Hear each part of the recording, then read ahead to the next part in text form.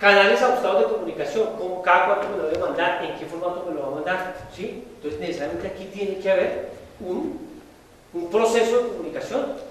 Cada cuánto vamos a emitir estados financieros. La gente va a decir, no, yo voy a hacer un estado financiero NIF cada año, pero debería ser esa periodicidad la que yo debo tener en cuenta para unos estados financieros, o de pronto puede ser mensual, o de pronto puede ser trimestral. Entonces esto implica que aquí haya una comunicación, unos canales de comunicación, unos responsables, ¿sí? Una documentación que nutre este proceso. Y aquí salen todos los juegos de estados financieros de apertura aprobados. Una vez ya hemos surtido todo ese proceso, tiene que haber unos estados financieros de apertura debidamente aprobados. ¿Por qué? Por la Junta. Y tengan la plena seguridad que la Junta, o ustedes como dueños del negocio, o como gerentes financieros, o partes de la sociedad, se van a preguntar qué es el balance de apertura. El impacto que generó esta adopción, ¿me afecta o no me afecta? ¿Va a tener alguna implicación dentro de mi negocio? Mis indicadores financieros se debilitaron de tal suerte que ya no puedo presentar una licitación. O sea, ¿qué va a pasar? Aquí hay una serie de implicaciones. Y obviamente cada quien va a tratar de generar un estado financiero pues que sea acorde con su negocio. Entonces, algunos intentarán de alguna manera como acomodar la norma para el beneficio suyo. Pero la auditoría va a decir, no, mire, usted aquí interpretó mal, ¿sí? Y ese estado financiero aquí, el tema no es así. Entonces, tenemos que tener cuidado un poco con todos estos criterios de definición. Bien, un juego de notas como tal de estados financieros, sin duda. Y toda la información que genere un proceso de norma internacional va a ser necesariamente a través de una herramienta de reportabilidad, que es el XBRL. Es decir, así como nosotros transmitimos la información a la Superintendencia de Sociedades bajo un aplicativo, ahora vamos a tener que adoptar un nuevo estándar internacional que es el XBRL, que es el Extensible Business Reported Language, que lo que hace es etiquetar la información que uno transmite, que la coloca en un sistema de información y que la reporta hacia la Superintendencia de Sociedades. Y la Superintendencia de Sociedades, con esa información, jala toda una industria, o todos los estados financieros que ellos, de sus vigiladas, y va a poder hacer comparaciones, análisis y evaluaciones en tiempo real. O sea, todo el tema de supervisión va a ser supremamente rápido con XBRL. O sea, ya este tema, el tema de hacer grandes y extensivos procesos para analizar información y sacarla al mercado con algunas consideraciones de comparaciones, información disponible para que pueda ser consultada bajo XBRL, va a ser un tema supremamente rápido, ¿sí? Y es un tema que le va a facilitar la vida al supervisor y nos va a facilitar a los usuarios de información financiera que van a tomar una decisión de inversión. ¿Por qué? Porque tener la información de un cliente A, B o C es entrar al XBRL y bajar toda la información, ya saben, los estados financieros, las notas con todo el detalle. Y yo puedo comparar eso con otro, muy rápidamente. O sea, el tema es un tema de reportabilidad casi que en tiempo real, es un tema muy rápido, ¿sí? Y van a salir pues los reportes de XBRL, por ejemplo, aquí van a tener que hacerse algún tipo de recálculos de cumplimientos de ley en el sector financiero, perdónenme que el que tome el dato del sector financiero, ellos tienen que calcular el patrimonio técnico, el encaje, bueno, una cantidad de requerimientos que ahora por XBRL lo van a hacer rapidito. Entonces es un tema de facilitar fundamentalmente el mundo de la información a los inversionistas que tienen que tomar decisiones. Y todos los requerimientos de entes de control, porque no les quepa duda que van a ver aquí todos los requerimientos. De hecho, ya nos están pidiendo en qué paso estamos como pymes frente al proceso de norma internacional. Tienen conformado ya un equipo, han realizado un estudio de diagnóstico, o sea, ya están haciéndonos todas las preguntas requeridas para efectos de este cumplimiento de norma internacional. Bien, digamos que en ese compendio, entonces, es que prácticamente debe enlazarse fundamentalmente un proyecto de norma internacional. Casi que arranca desde la alta gerencia el valorar la dimensión de este proyecto, el establecer el equipo de trabajo, el definir unos recursos, el establecer una ruta crítica de implementación de un proyecto de norma internacional y obviamente de monitorear los avances y resultados de este proyecto. Porque al final, a mí sí me importa cómo van a quedar mis estados financieros. ¿Sí? Y no solamente a mí, le va a importar al banco, a la entidad aseguradora, al tercero que quiere tener un negocio conmigo que es proveedor del exterior, ¿sí? Y algunos de ustedes que tienen reportes a casas matrices, ¿sí? Por ejemplo, pueden tener un momento dado un balance de apertura para norma internacional y un balance de apertura local, porque si aquí hay algún tipo de excepciones o extensiones, seguramente pueden encontrarse con algunos balances de apertura distintos. Si ustedes se dieron cuenta, la excepción que sacó el sector financiero es que la cartera de créditos no se va a valorar bajo la norma internacional, sino que va a tener una excepción y se va a aplicar todos los criterios como están acá en Colombia. Entonces ya hay un balance de apertura distinto. Pero bueno, aquí entonces, lo clave de todo este proceso, que es muy importante, es arrancamos con el tema del diagnóstico. El diagnóstico que muestra estas diferencias entre lo del Colgap y la DIF. Estos impactos contables, financieros, procesos, tecnologías, recursos humanos en el proceso de adopción por primera vez tienen que ser muy específicos. No permitan que el diagnóstico sea general. Ahí hay unos impactos bastante importantes.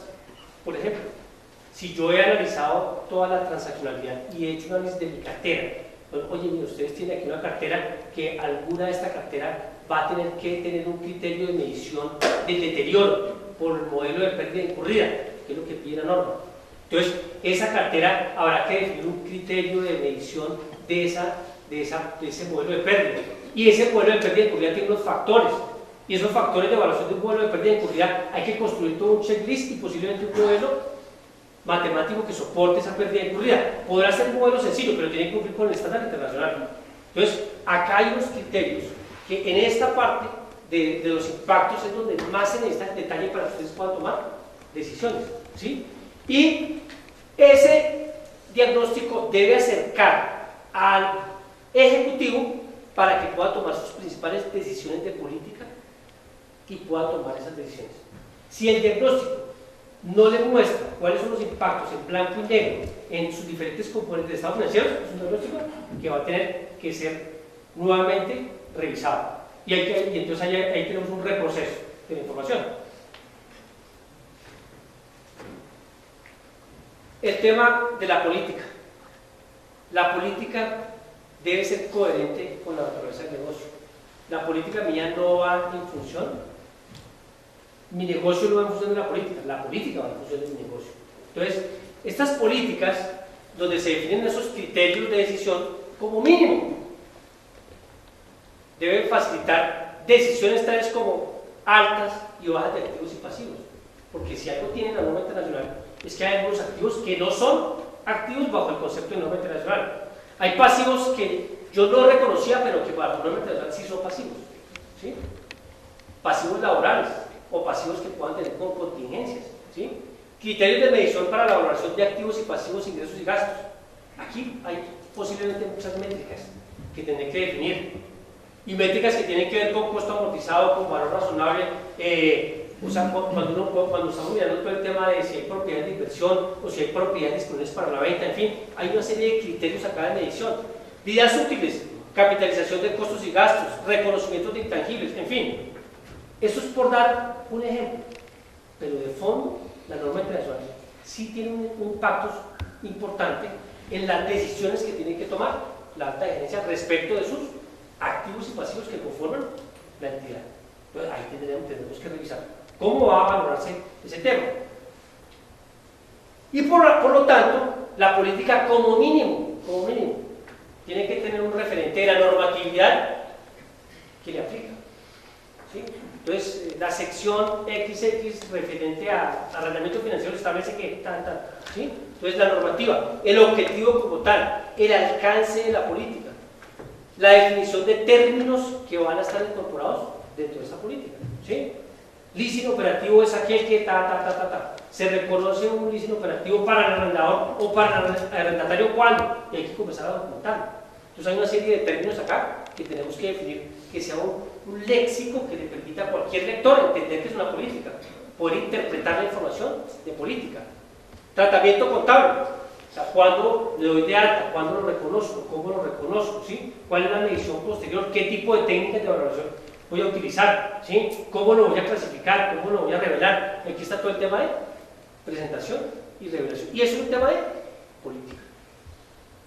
Pero no es coger la norma y pegarla ahí, sino es adaptarla al negocio que ustedes tienen. ¿Y de dónde surge la documentación de la política? Pues obviamente que la norma. O sea, tampoco es, o sea, hay que simplemente poner en blanco y negro los elementos que conforman esa política dentro del contexto de su negocio.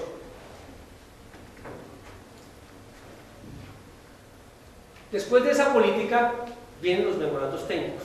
Los memorandos técnicos aterrizan la aplicación de la política a la realidad transaccional de la entidad. Y cuando yo hablo de un memorando técnico, es que yo he escogido una política general, por ejemplo, el cálculo del valor recuperable de un activo. Entonces, para poder establecer ese valor recuperable, hay unas comparaciones que yo tengo que hacer, una información que tengo que jalar, una documentación que tengo que realizar, pero tengo que ponerlo en blanco y negro de acuerdo con la naturaleza de mis activos. Entonces, mira, para la maquinaria de equipo de exploración, la política general que se estableció, el memorando técnico, en este memorando técnico se define cómo voy a hacer ese reconocimiento inicial, cómo lo voy a medir, qué tipo de avaloros tengo, qué tipo de mediciones voy a realizar, cómo voy a calcular la vida útil, cada cuánto la voy a controlar, ¿sí? Cómo voy a monitorear de alguna manera esa norma para que mi activo esté en el precio que debe estar de acuerdo con la norma internacional. Entonces, esos memorandos técnicos necesariamente tienen que llevarlo a una información adicional, o sea, requiere información adicional que deba levantar para poder medir ese activo, para poderlo registrar, para poderlo revelar, para poderlo valorar. Requiero la contratación de un perito especializado, porque dada la naturaleza de mi activo, es un activo que para su medición requiere de un expertise, y ese expertise está con norma internacional, es decir, no es sacar un avalúo, sino que los avalúos hoy tienen que contar con unas directrices internacionales, ¿sí? Requiero diseño de métricas para poder valorar mis activos. Hay entidades que manejan laboratorios químicos, en fin, inventarios bastante especializados, volátiles, bueno, en fin, o activos perecederos, o animales, ¿sí? Entonces, este tema tiene que quedar bien definido en el memorando técnico, ¿no? ¿Requiero una depuración de datos para poder hacer esas métricas? ¿Tendré que preparar bases de datos para poderlo desarrollar? Claro, el memorando técnico me lo tiene que aterrizar. La política en lo general, el memorando técnico es lo que me aterriza a cada uno de mis elementos que conforman los estados financieros. Por supuesto, el memorando técnico es lo que yo debo considerar, pero yo tengo que hacer una serie de casos de uso. Bueno, ¿cómo voy a valorar los activos o los inventarios?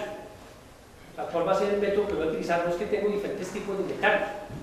Hay los inventarios que son tipo A, tipo B y tipo C, y cada uno va a tener una forma de reconocerse, de medirse, de valorarse. Entonces tendré que hacer los ejemplos, que son los casos de uso, que es la construcción de casos para las diferentes transacciones que se reconocen, miden, registran y se revelan bajo las MIF. ¿Eso qué quiere decir?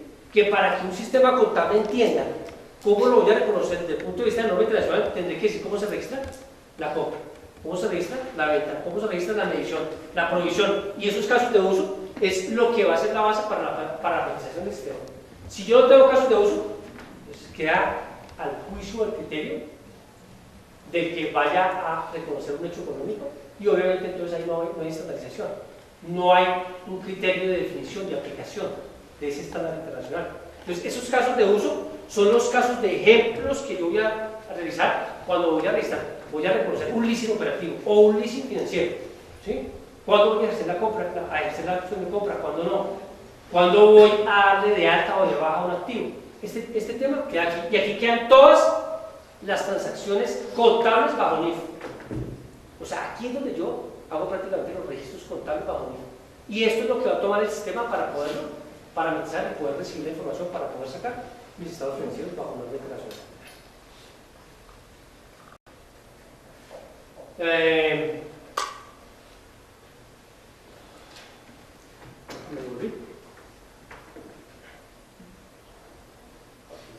Los casos de uso. Esos casos de uso que me miden me ayudan a afianzar los criterios de medición. Ahora sí tengo con mayor precisión esos criterios de medición.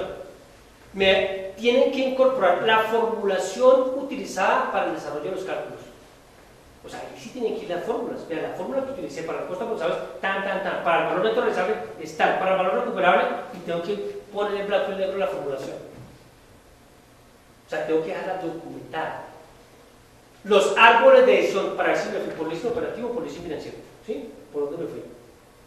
Esos árboles. El leasing, el arrendamiento financiero, yo tengo el control del activo, no lo tengo. Entonces, todos los árboles de decisión para saber si me voy por acá o voy por acá tienen que estar.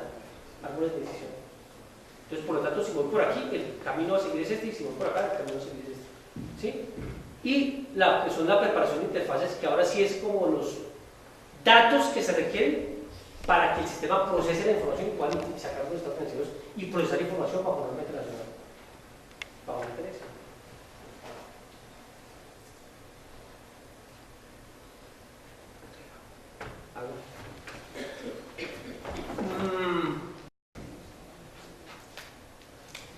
Luego, ¿qué viene? La implementación.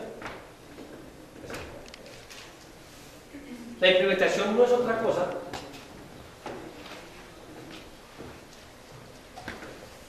que haber tomado políticas, memorandos técnicos, casos de uso, modelo de estados financieros, modelos de revelaciones, estructura del plan de cuentas y hacer todas la aplicación masiva al conjunto de transacciones que se ven afectadas por la norma. Y estas cargas masivas, que es lo que llamamos, o sea, la aplicación ya en vivo y en directo mediante interfaces en un aplicativo, es lo que me va a generar los estados financieros. Entonces, esta aplicación masiva es la etapa de la implementación una vez se han surtido todos los demás, las etapas anteriores. Y la norma nos está diciendo que la implementación de las normas internacionales de información financiera deben ser transaccionales.